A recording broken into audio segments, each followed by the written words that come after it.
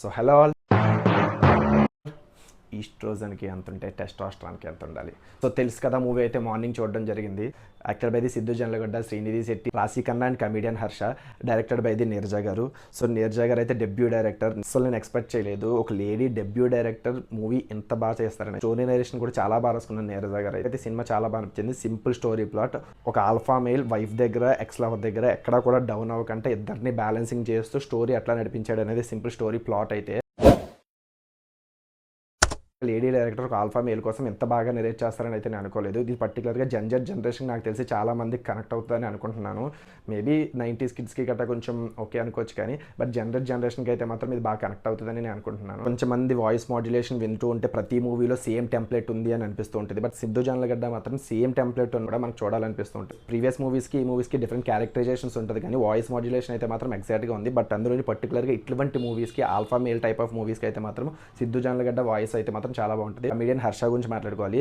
Simple డైలాగులు ఉంటాయి, but comedian Harsha screen మీద కనిపించిన ప్రతిసారి అట్లీస్ట్ ఫ్యూ సెకండ్స్ అన్నా కూడా మనం స్మైల్ చేస్తాము. సో ఓవరాల్గా మూవీ అయితే మాత్రం ఈ 4 మెంబర్స్ మధ్యనే రొటేట్ అవుతూ ఉంటుంది. ఎక్కువ క్యారెక్టర్స్ అయితే ఉండవు. మొత్తం స్క్రీన్ పే మనకు బోర్ కొట్టకుండా రాసుకున్నారు డైరెక్టర్ నీరజ గారు అయితే. మ్యూజిక్ కోసం మాట్లాడుకోవాలి.